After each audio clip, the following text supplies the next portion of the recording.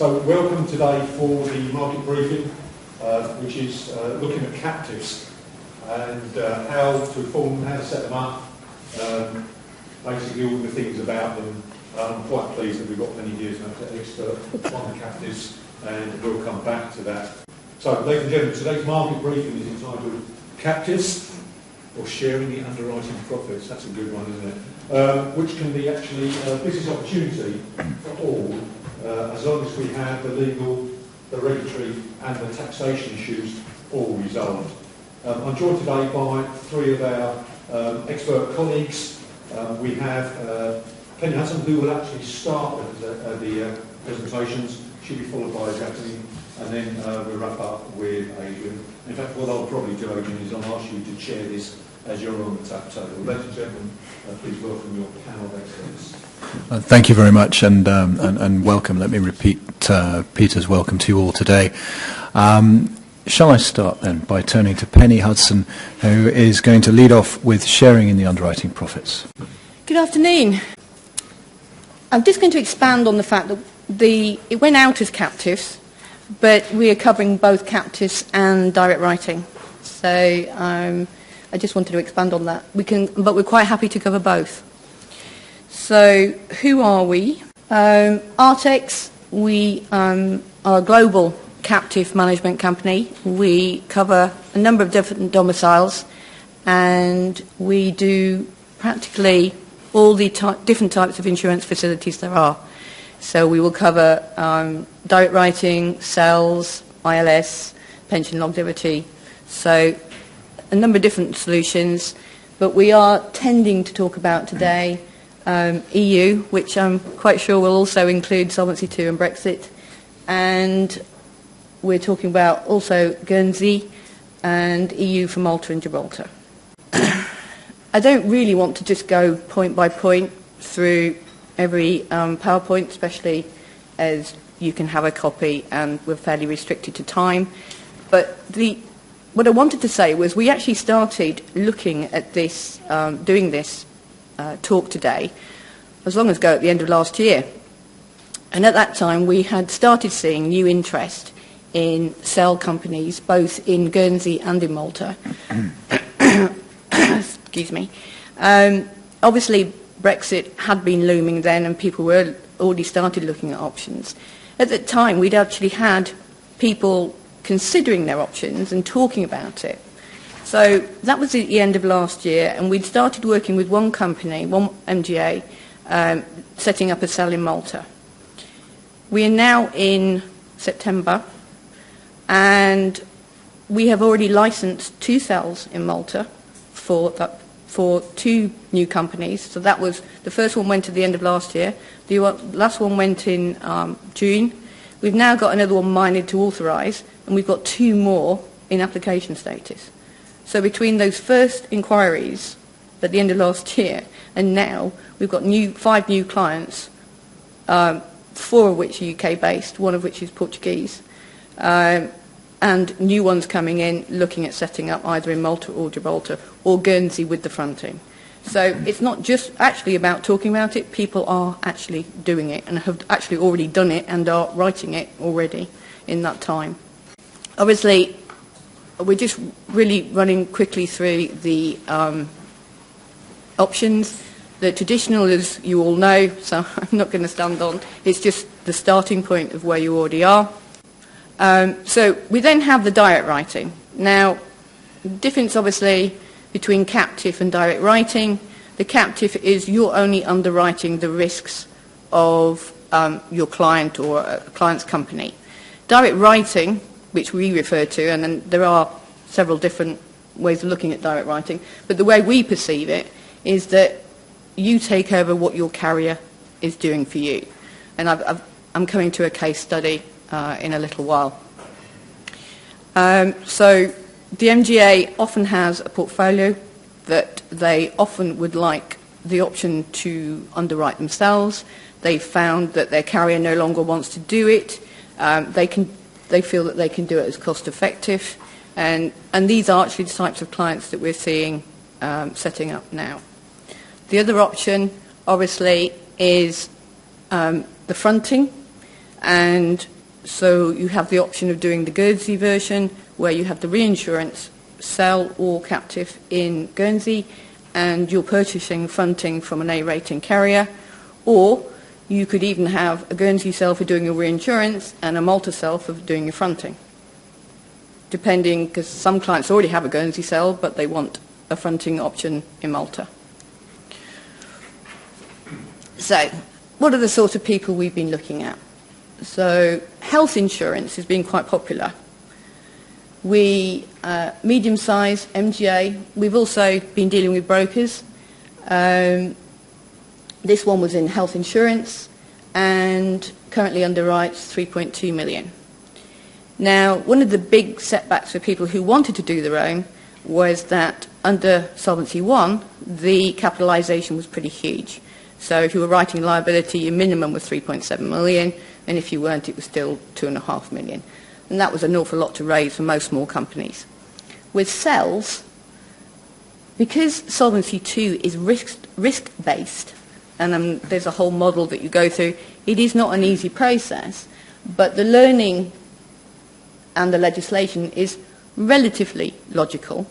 And if you can make it proportional, then once you model, because the core of a cell company is carrying your minimum capital requirement, then your cell only has to be fully funded to the risk that you're carrying. So here we are with a portfolio of health insurance, 3.2 million premium. They know, they've been running this, the particular client I'm thinking of, they've been running this business for a long time. They know their clients, they know their loss ratios. They actually started off by doing it as reinsurance and had an agreement with a carrier for fronting. They've actually now swapped that relationship and they're setting up a direct and they've done a reinsurance deal with their carrier.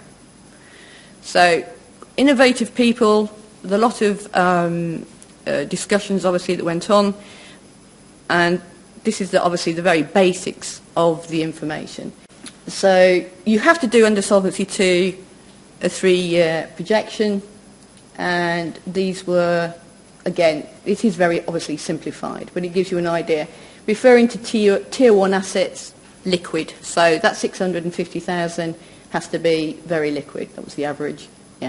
So they put in for the 3-year covering the 636, and you have to keep it in liquid assets. Everything is risk-based in Solvency II. Everything is measured against a capital charge.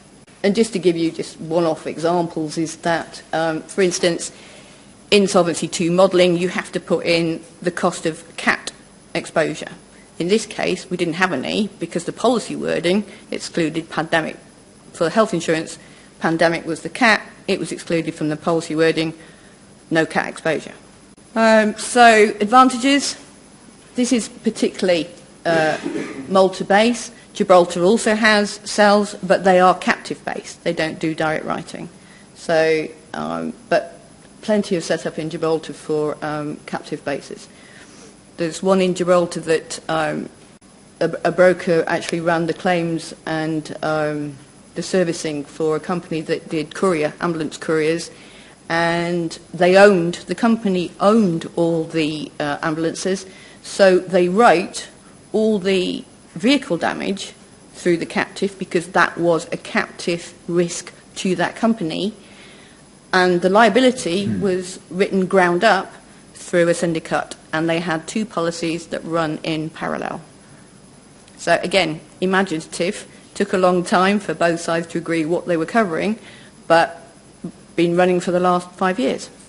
Guernsey, and I have my colleague here, Damien, he's from Guernsey, so he's going to help me if you have any Guernsey questions. But again, very similar. So this MGA chose that they would prefer to be in Guernsey.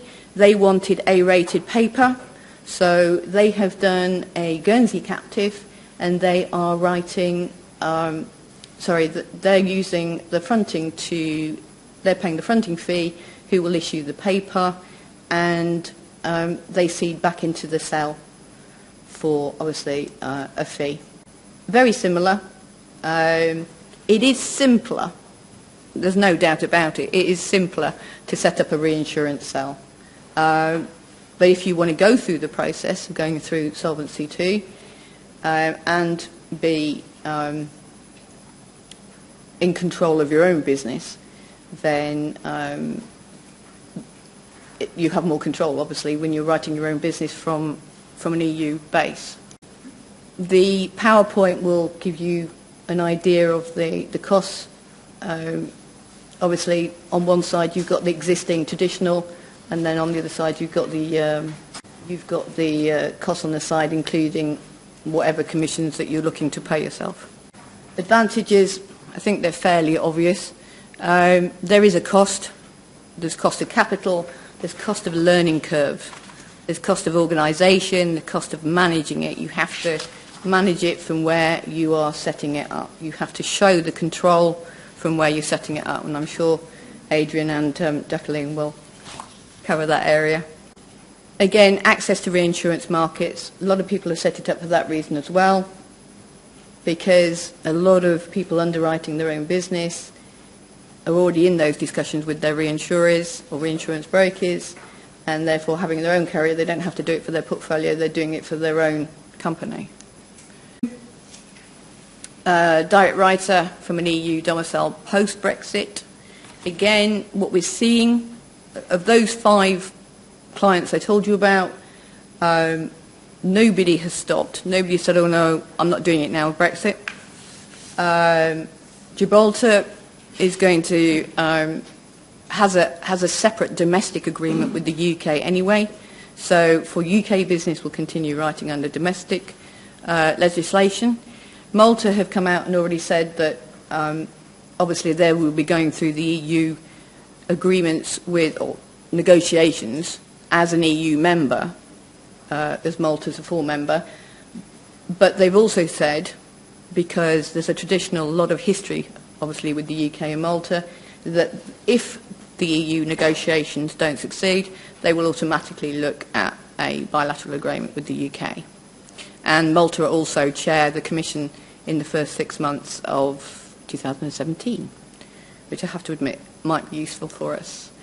So we are happy to look through, we help on what people have already got, what you might consider as a facility, how that might look. In certain domiciles, there's also a requirement for company management, because also the holding company tends to be in the jurisdiction. So, oh, look at that, 1:15. Thank you very much. Okay, thank you very much, Penny. Can I turn now to Jacqueline Kimber, who will talk to us about some of the taxation aspects of using captive companies as an MGA. Okay, thank you, Adrian and Penny. For those of you who received the invitation and were expecting Michael Butler, quite clearly I am not Michael. I am Jacqueline Kimber. I am a partner in our business tax department at Moore Stephens. And it falls to me to run through some of the, well, I'll say quite dry areas. Tax, never necessarily the most exciting of subjects, unless you work in tax like I do. There are, obviously, in the arrangements that Penny has just outlined, an awful lot of tax issues to consider. The UK is very protective of its tax base, so wherever you have a transaction between a UK entity and an overseas entity, then there are going to be tax issues that you need to watch out for. I've listed those that I'm going to talk about today. So we're talking about transfer pricing, corporate residence and permanent establishment issues, the controlled foreign company rules, diverted profits tax, and we can't have any conversation about tax these days without also talking about Brexit. So to start with transfer pricing, well, very broadly, transfer pricing rules are designed to ensure that group companies can't manipulate where profits arise through the use of pricing mechanisms which favour lower tax jurisdictions. So the rules work by requiring an arm's length price to be used where there is a transaction between related parties. Now, parties are related for this purpose where one controls the other or both are controlled by a third party. Just a note of caution in that quite simplistic definition, control does not, in the tax world, necessarily mean what you or I may think in the ordinary sense of the word. So whereas you might be looking for a control of voting rights, for example, or issued share capital more generally, that's not necessarily what control means for tax purposes, and much lower thresholds can apply to make parties related for this particular purpose. So what represents an arm's length price? Well, that is the perpetual vexed question in the tax world, and it's one where there is an increasing area of HMRC focus. The OECD sets out various methodologies which it recommends to reach an arm's length price. Clearly the most useful, the gold standard if you like, is to be able to compare the transaction between your related parties with one as if it were taking place on arm's length terms. I was trying to point to a transaction between related parties, which would be, in this instance, for example, the commission payable between your MGA-owned insurer and the MGA itself. So clearly, that commission arrangement is between related parties, and on the assumption that the insurer is in a low tax jurisdiction, there's clearly an advantage to keeping those commission rates as low as possible.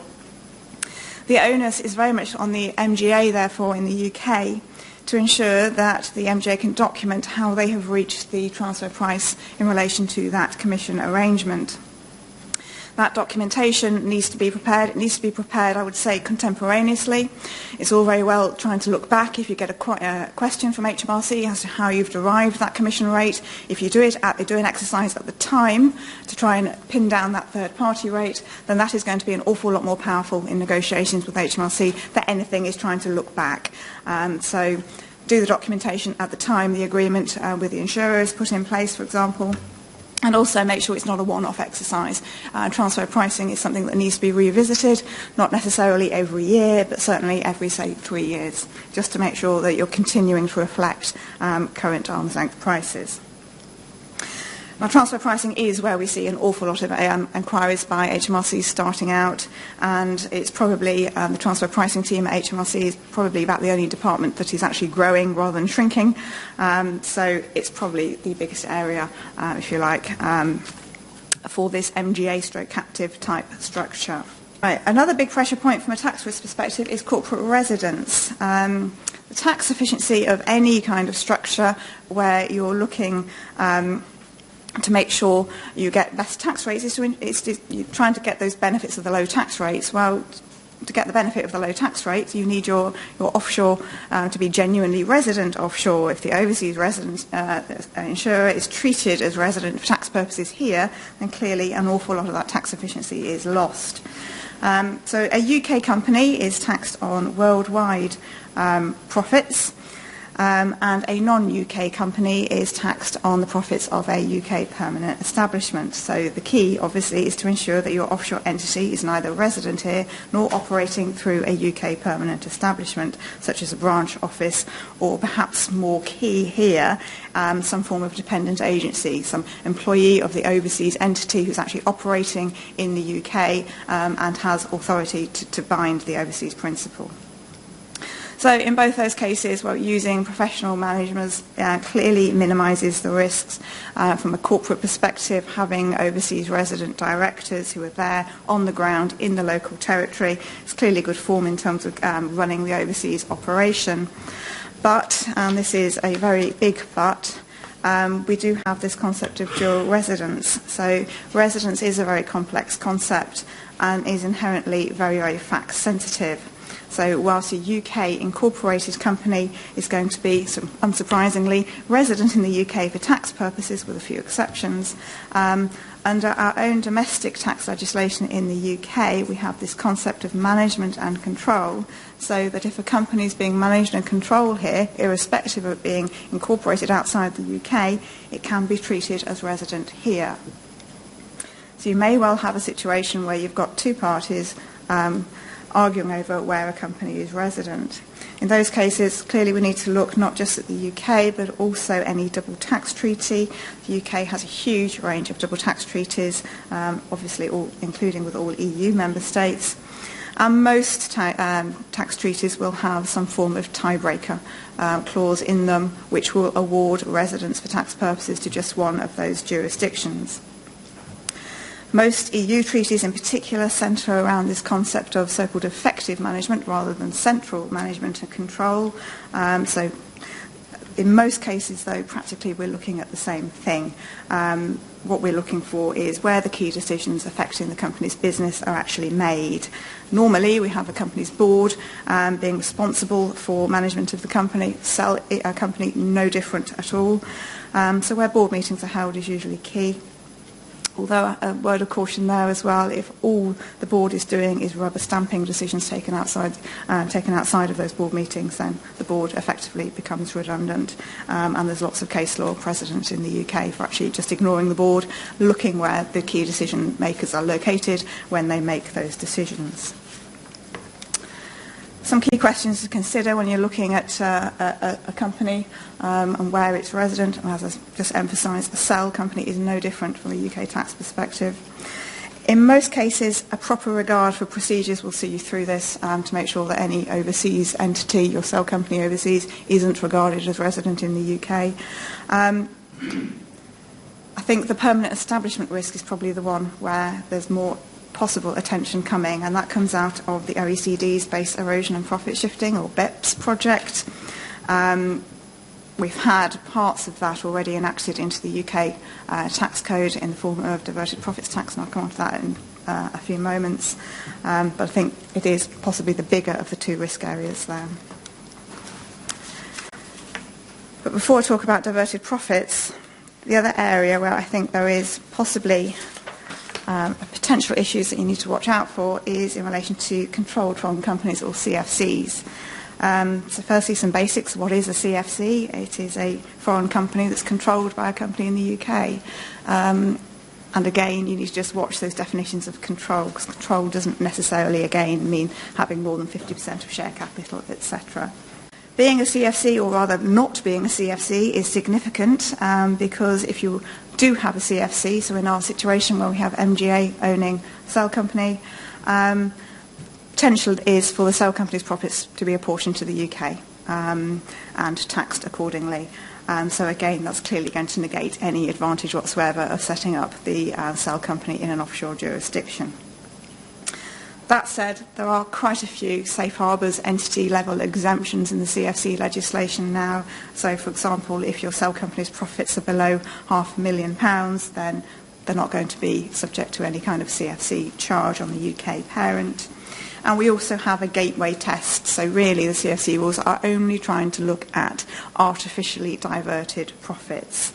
And very broadly, that means that unless you've got key functions taking place in the UK, whether that's to do with managing risk, managing assets, whatever, then you should be okay. But if you have got anything taking place in the UK, then that is where your CFC risk is. So any profits relating to those activities in the UK potentially fall within the UK tax net.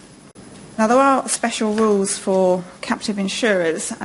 These rules are very much designed with the traditional captive structure in place. So obviously where you have operating company and then setting up its own captive perhaps to insure its risks. So I'm not going to go through those points on the slide in any great detail. I just wanted to draw out the fact that this is one of the areas of the tax code where a distinction is drawn between the treatment of EEA or EU companies and non-EEA companies, given the fact that we have now voted to leave the EU.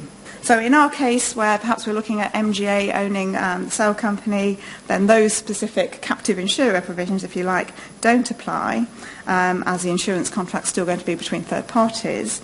But a CFC charge is still potentially in point if you've got any of those significant people functions, entrepreneurial risk-taking functions taking place in the UK. So in very simple terms, I mean, that foreign company has to have real substance. It can't just be some kind of brass plate operations. It has to be real, and that's what HMRC look to test. And just another word on cell structures. Before 2013, cell structures were really very, very good at avoiding any kind of CFC implication for UK parent entities. That all changed in 2013. HMRC caught up. A cell company is treated like any other foreign resident company from January 13.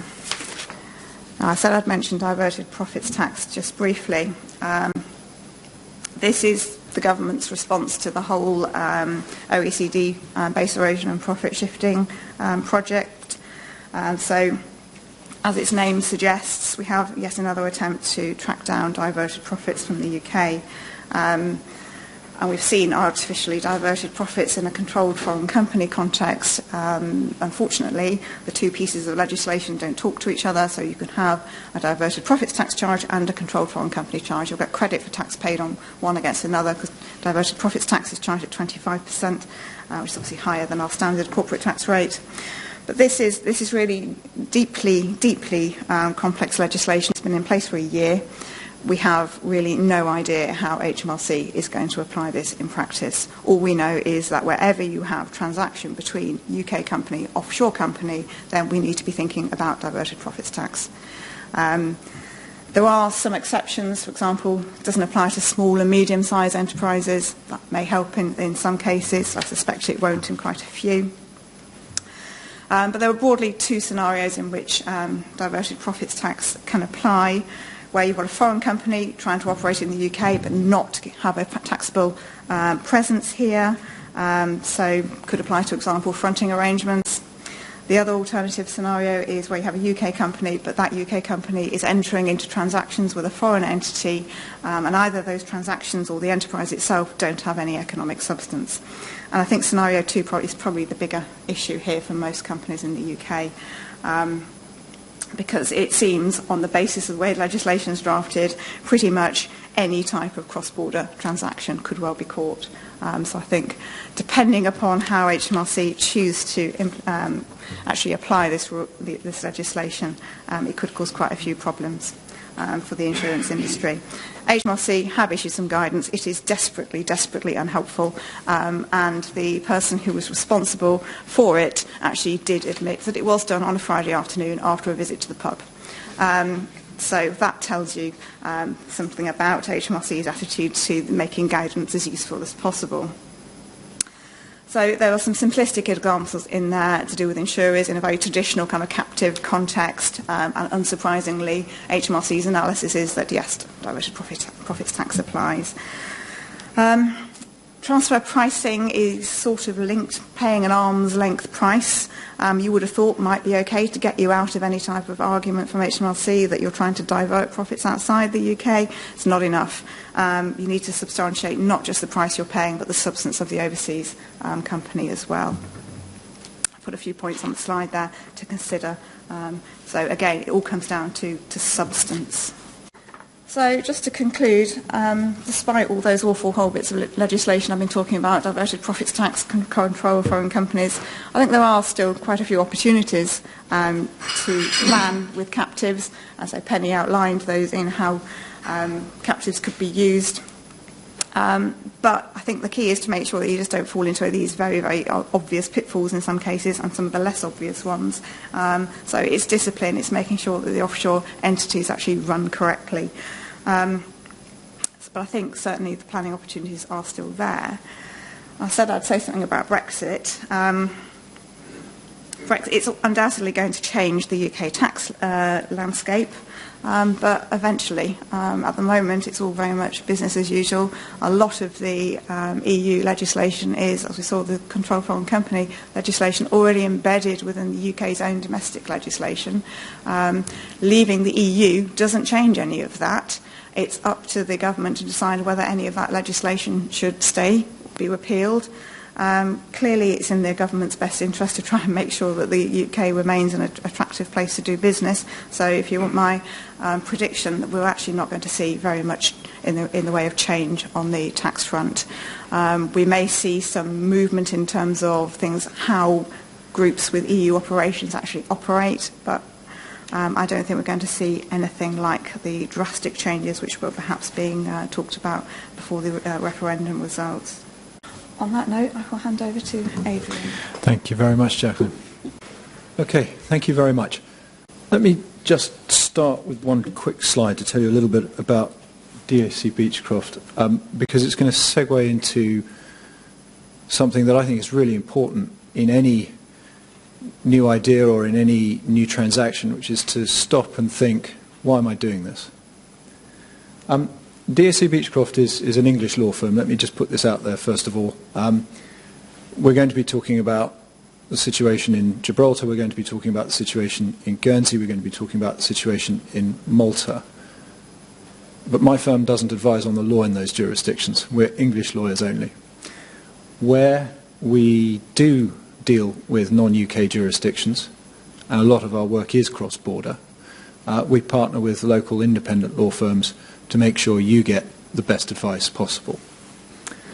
So any comments in this presentation, lawyer getting the disclaimer in first, that refer to non-English law are just for information only, and please don't consider them advice. We'd be happy to introduce you to lawyers in those jurisdictions if it's of further interest. But we have a long-standing relationship with the insurance market, and we cover everything from claims to corporate. And our clients come from across the range of players in the insurance market, including very much MGAs. I set up an MGA last year called Emerald Life. I have bought and sold a number of MGAs for clients in the past, whether they were independent shareholders or whether they were insurance companies securing their distribution. And I've also been involved in what ultimately became Court of Appeal litigation as to the nature of the rights between an MGA and an insurer and the extent of that agency. So MGAs are very much a big part of what we do. Now, as I said, I want to just stop for a minute. Whenever I get new instructions on a transaction or on a fundraising or any piece of regulatory advice, I ask myself a question, and that's, why is the client doing this? What is the client trying to achieve? Follow the money. And why would you want to, as an MGA, own your own insurance company? Now, Penny's first title slide summed that up very nicely, which is sharing in the underwriting profits. I think we should also have had a subtitle there, which is to say that you would also generate an investment return on your regulatory capital.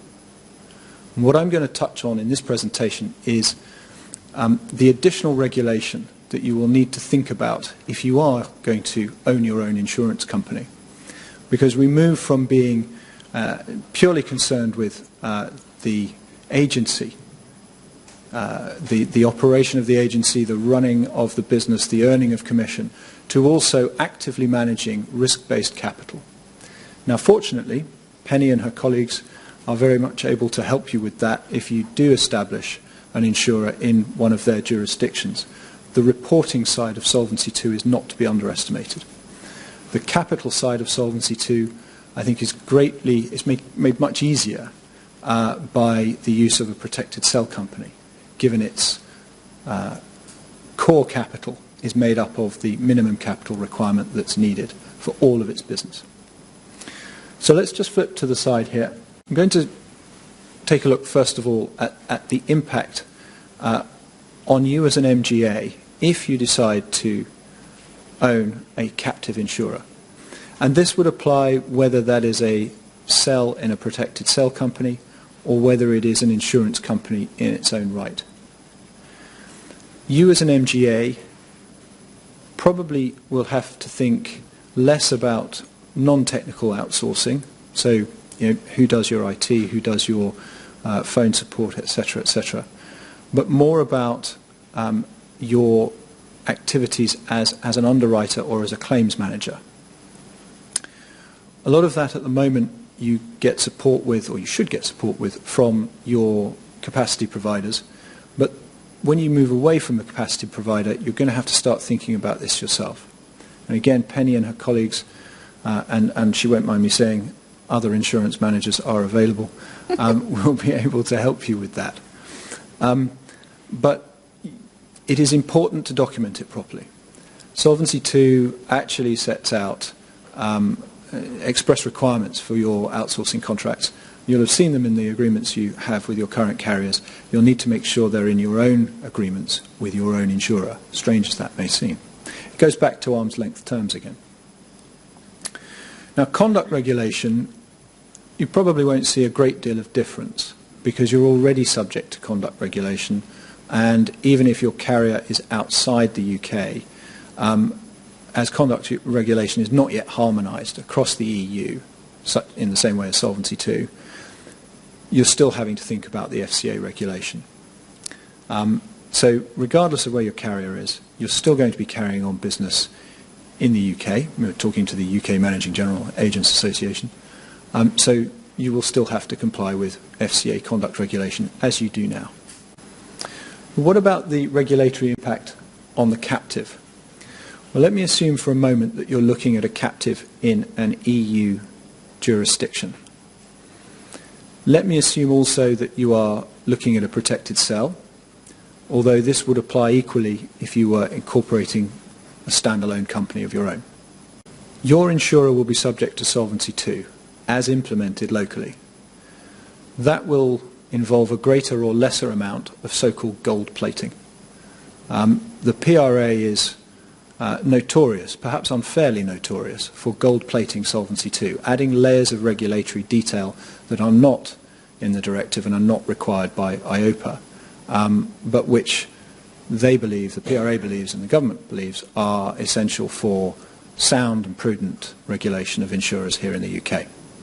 The upside of being regulated by under Solvency II is that you then have your single market passport. And incorporating or using a cell in the single market allows you to establish a branch of that cell or carry on cross-border services from that cell elsewhere in the single market. Conduct regulation, as I say, we will need to consider local implementation. It isn't yet harmonised, but you'll be aware, I think, of the Insurance Distribution Directive, which is coming into force in detail in the next, forgive me, I think the next 12 months. I should have checked. There will also be general good provisions, local laws that apply to all businesses or to insurance businesses within that territory. It's also important not to lose sight of what you might think of as more generic regulation that would apply to any company and any business, such as data protection, employment rights, etc., etc. Let me just look at the key features of Solvency II, which, although everybody will have heard of, the detail may be new to you. It's not something you necessarily have to consider if you've got a good relationship with your existing carrier. But Solvency II is essentially a risk-based solvency requirement. You, as an insurer, you are required to hold capital against a range of risks, not just those connected to your underwriting. It is a so-called total balance sheet regime. So you have to consider all the risks, not just risks connected to the market. So if you have intragroup loans in place, you have to consider those in your balance sheet as well. Insurers are all required to identify, measure and proactively manage risks and assess them themselves through what's called the ORSA, the Own Risk and Solvency Assessment. You may have had input into that for your carriers. This is where the reporting comes in. This is where the real friction is in the regulation of Solvency II, because in some ways, once you've got your regulatory capital, you can just manage it and it sort of takes care of itself in a way. But you have an active obligation to report your activity and your risks in the reporting regime connected to Solvency II. It's a lot more intensive than it would be under the old regime, and I believe a lot more intensive than it is when you are simply acting as the agent for the carrier. The regulator is going to want to see you from time to time, and there is a need to be much more public about what you are doing with your activities and your capital. If you are part of a wider group, you'll find that the regulator starts to ask a few more questions about what goes on beyond the insurer that you have, and starts thinking about the group risks and what possible contamination risk there could be that might jeopardize the solvency of the insurance carrier. I'm going to touch on Gibraltar. Solvency II applies in Gibraltar because Gibraltar is a member of the European Union. I've put up the exact provision there. It's Article 227 paragraph 4 for the podcast of the Treaty of Rome, and it applies in full, and Solvency II applies in full and has been implemented in Gibraltar legislation. And the regulator there is the Gibraltar Financial Services Commission. Now, the laws of Gibraltar and any other EU member state will differ from the laws of the UK in implementing Solvency II, but they do have the same objective, and that is to implement harmonised regulations in line with the directive.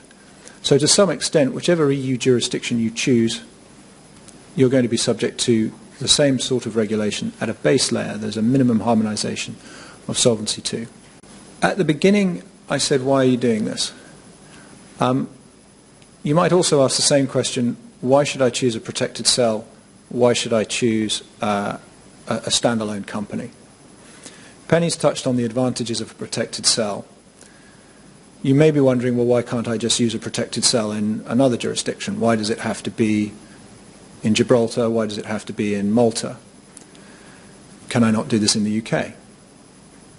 The UK does not have protected cell legislation yet, although it has been floated as a way to bring insurance-linked securities business to the capital. But this, I suspect, has been kicked somewhat into the long grass for the government, who have the slight matter of Brexit to deal with. Although I understand there is still quite a lot of appetite to bring in protected cell capability late 2017. So at the moment, if you want to use a protected cell in the EU single market, you have the choice of Malta or Gibraltar. It would also be possible to use a protected cell outside the EU if you were in Guernsey. So if you're thinking about doing a standalone insurance company rather than a cell, why wouldn't you use the UK? Well, in some ways I hope you do use the UK, because then I can help you directly. But it's only fair of me to point out there are some regulatory issues in the UK at the moment, particularly the time to market. To get your regulatory permission to start business, it does take a significant amount of time. You're looking at a minimum of 9 months. The PRA has been perceived, rightly or wrongly, over the past 2 years as being rather sceptical. I've put on the slide rather anti, but I think they would perhaps prefer sceptical of Part 7 transfers and solvent schemes of arrangement. So once your capital's in, it can be quite difficult to get it out again in the UK. And also there's a perennial issue of the PRA asking you to abide by the rules, but also abide by its discretionary perimeter loading requirements. So it can be a case of never mind the rules, this is what we're going to tell you to do, this is what you're going to do if you want your permission.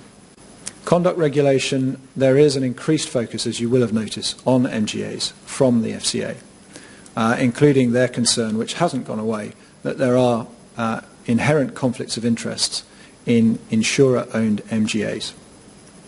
There's also recently been a significant report into the use of appointed representative status, and quite a number of shortcomings were identified there. There is also the upcoming Insurance Distribution Directive, the detail of which will start to appear over the next 12 months.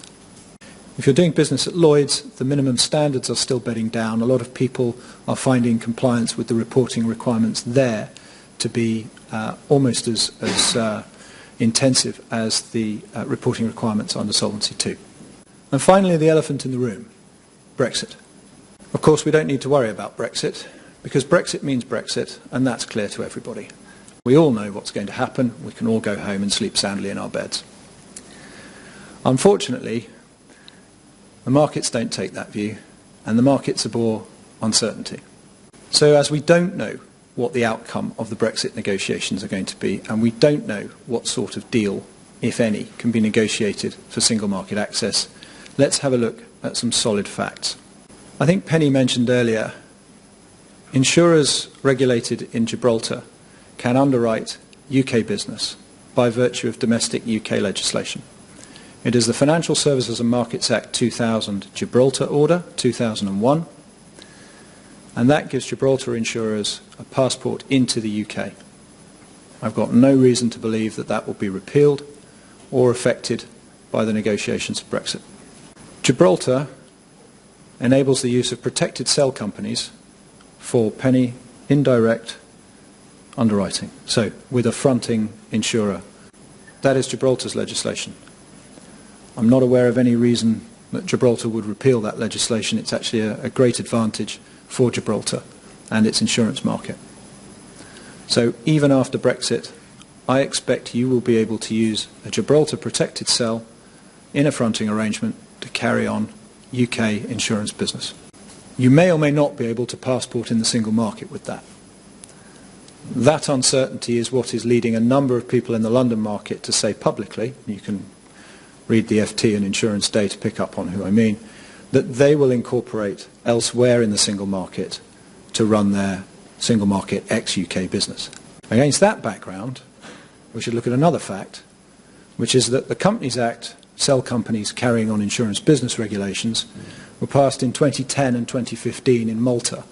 And that is domestic Maltese legislation. It doesn't depend on anything European. It's not something that I have any reason to believe will disappear after Brexit. No reason to think it should.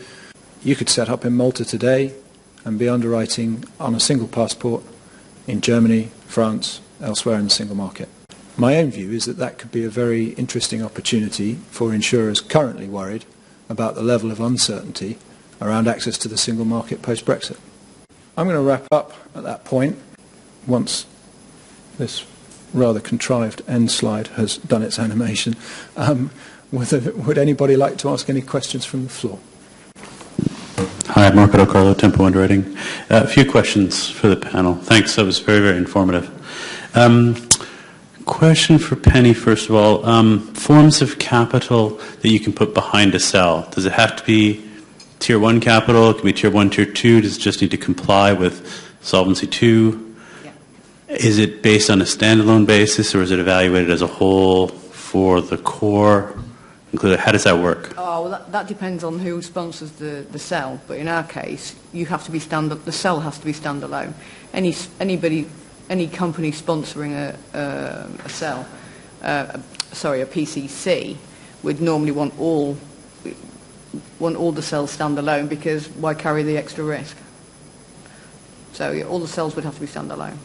Okay. The fully funded cells, but again, if your capital for your level of premium doesn't need to be the 3 point, well, whatever the whole core would be normally. Okay. Thanks, that's helpful. And just to come in on that as well, I think I think you're going to get some diversification benefit as well. Although the flip side of that is that the diversification will change with new entrants and exit from the cell company. And I think that as I understand it, the cell is assessed for Solvency II capital as a whole. So you may be able to play around with the balance of Tier 1 to Tier 2, own funds to ancillary funds, in funding your cell. Yeah. So you may be able to do more of a letter of credit, or more of a pref share, or more of a debt. Yeah. But your capital charge will be higher, so it can work against you. Mm. Tier 1 cash, lower capital charge, and all regulators love cash. So it depends how much it depends on how much you can afford to play with the two, and how much you want your license. Okay, thanks. Second question: have you looked at any situations whereby MGAs have, rather than the model where you've got an insurer backing an MGA that's based in the UK that then writes as such, where the MGA has just started to write out of the cell directly, rather than writing out of an MGA, so sort of shifting business? Because I guess post-Brexit, there's concerns around, will we have passporting rights, et cetera. So, I'm sure there must be some that are thinking out there, particularly those that are dealing in Europe. We shouldn't be necessarily writing this. Is there an option there to write it directly out of a cell rather than writing through an MGA and transferring that accordingly? Yeah, you can. You can put your portfolio directly into the cell, if that's what you mean. Yeah. Yeah. And how does that work? What are the differences in terms of how that would how that hangs together? And also just thinking if there were other people that were involved that were in the UK, or other resources that were UK, can that be done, or is it you have to have a structure around that part? Part of it's just looking at options. That would take me a good while to answer. So I'm quite happy to do it. But basically, you can have a service provider in the UK. So somebody who can collecting your premiums for your. I'm talking about Yes. the health insurance. So the policyholders pay on a normal basis. The premium gets paid to the cell. Either the service provider or the cell or the company in Malta issues the policies depending on volume and your claims can be serviced. The Portuguese company we're doing is exactly the same thing. So they collect the premium gets paid to the cell. The agreements, whoever issues the policy documents and who the claims, and then all the accounting is done in Malta. I think it may be a bit of a hangover from the days when we've thought about special purpose vehicles. The idea, if you had a special purpose vehicle, you would simply treat it as a pot of assets, and you wouldn't seek to put in place any number of employees. You probably in the old days wouldn't have had a significant board beyond 2 directors, one of whom would have been a corporate. So I think there's probably a little bit of a cultural hangover that says that if you've got your captive cell, you need a service company. But I think in theory there's nothing to prevent it from being fully staffed. Actively running it from wherever you've set up, whether it's Malta or Gibraltar. You have to be actively holding board meetings, committee meetings. All major decisions have to be run from wherever you set up. You can't set up in an overseas jurisdiction and run it from the UK. Fair enough. Third last question. It's okay, Peter. For Jacqueline, really. You talked a lot about. I find the whole tax area extremely confusing, as I'm sure most people do. What general guidance do you have then, if you were to look at a solution? I think there's probably a lot of people around the room here that are UK MGAs that might think of setting up a cell in Gibraltar, Malta, or potentially Guernsey. What would a solution look like that you'd just say these are the some key principles that you would follow, and then I'm sure there's always and consult us afterwards. Of course, it always ends with make sure you speak to your tax advisor.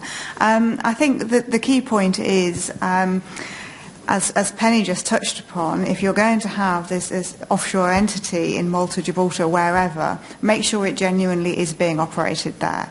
What we see time and time again from those in the UK who want to try and do this structure, want to get the tax benefits, but then we find things like, we've now got a UK resident director who wants to be on the board of the company, for example, and that really does put you onto a very, very slippery slope. So if you're going to do it properly. The risks can be managed, but make sure that you are doing it on the ground, in the foreign territory, proper procedures, disciplined procedures, which is actually becoming increasingly difficult. And one thing HMRC do spend a lot of time looking at is things like BlackBerry or mobile phone, smartphone records as to when things were being done. So if you're going to do it properly. Great, thanks. Chris Rouse, Chairman of the Guernsey Regulator. The EU has become slightly aggressive on the tax fronts. Jacqueline in particular, would you like to comment? Because OECD has been doing a lot of work in trying to level playing fields and things like that. The EU has now got involved. What will this mean for captives? Well, I think we've already seen the start of this. We saw the UK government, if you like, jump the gun in terms of the OECD's reporting of the base erosion and profit shifting project, in that it introduced this diverted profits tax way ahead of the OECD's actual formal recommendations about potential changes to be made to tax systems. So I think you're absolutely right. Generally, the global tax environment is becoming much more difficult to operate in.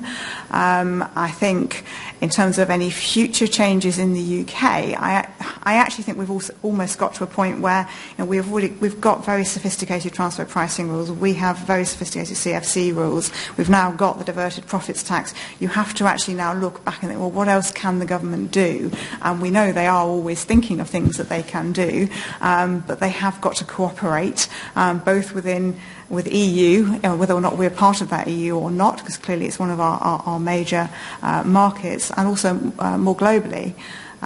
What I think is perhaps quite unhelpful is where you get the EU coming in and making kind of declarations as they have done in relation to Apple, and to say, irrespective of your jurisdiction and the powers that each jurisdiction has to raise and levy taxes, that there is this kind of third power. I think that's something that we really are going to have to watch out for. Quite interesting observation in the press over the weekend, though, that whatever the downside of the Apple decision, the amount of tax they're due to pay is less than they would have to pay if they were taxed by the IRS in the United States. So we'll see how that one plays out. I think their argument is it's only a deferral, isn't it? Deferral until when? Who knows? Any more questions, ladies and gentlemen? If not, if you don't mind, it's time's run past us. I think I'd like to wrap up. Would you please thank your panel for an excellent presentation? Just a couple of quick things I want to make. First of all, I must thank Lloyd's for allowing us to use this room. It's a great privilege for us to actually be here. So I just wanted to record my thanks to Lloyd's of London for doing this. And don't forget that we will be back in this room on the 10th on the 11th of October. No, is it 10th, Jane? 10th of October. We've got the FCA coming in, and it'd be a great opportunity for us to actually talk to them about it and maybe raise some of these issues on taxation. In case you're absolutely right, that's my very question that I'd got written down, so you beat me to that one. So well done. So, ladies and gentlemen, thank you for your attendance, and again, the panel, thanks very much indeed for an excellent presentation.